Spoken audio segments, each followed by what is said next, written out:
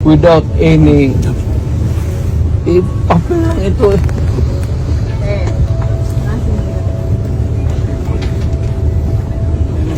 You better go back to them and have the legal.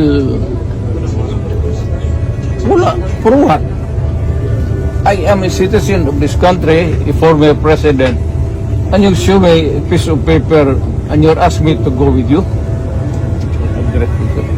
Abogado ka? Hindi po. Ay, tawagan mo yung abogado mo. Tol, si Alex.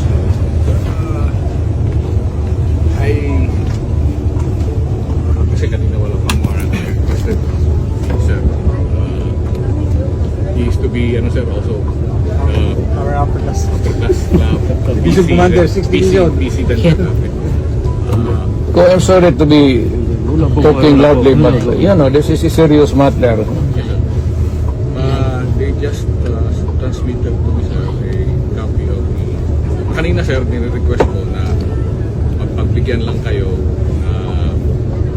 na makauwi sa bahay mga kuha ng mga gamit.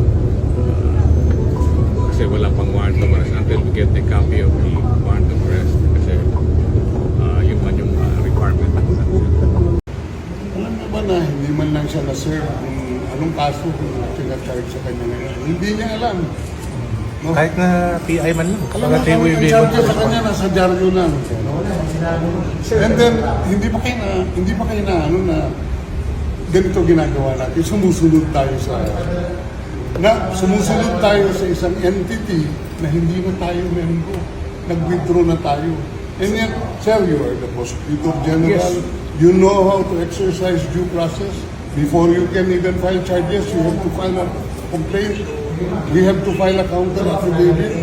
Without doing those procedural process, here we are being issued a warrant of arrest, questionable warrant of arrest. Ano naman to, sir?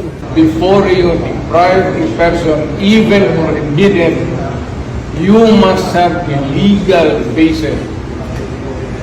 So, show to me now the legal basis for my being here.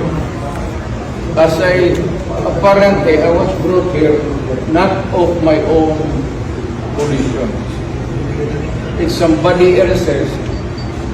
Kung hindi ibang tao, ikaw siguro, because this is your structure.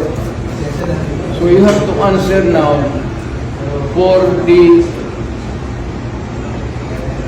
deprivation of liberty. Let's talk about it. What is that speculative? But right now, what is clear? What is clear is we need to do the booking process, sir. Yeah, she's asking that she is brought to the hospital. You can do that there. Is that too much to ask? Yes, sir, that's too much. Oh, is that too much? 80 years old siya. 80 years old siya.